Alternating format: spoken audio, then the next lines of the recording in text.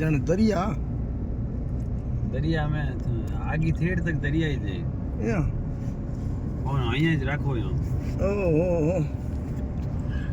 તો પાણી બે પડી હોય રોડ માં તો જો ओहो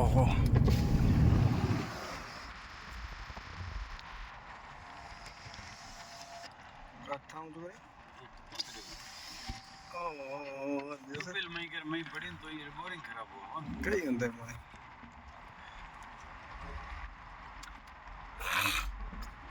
ये पानी गयो तो पहले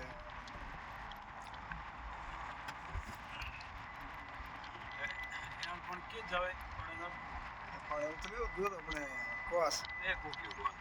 बस नहीं गिर के डरी એ પાણી નહીં જાવે हां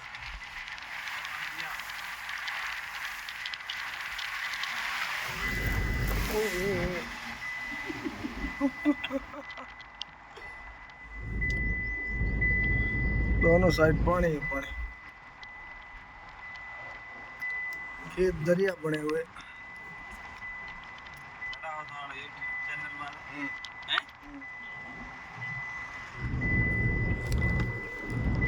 दातार सिंह सरपंच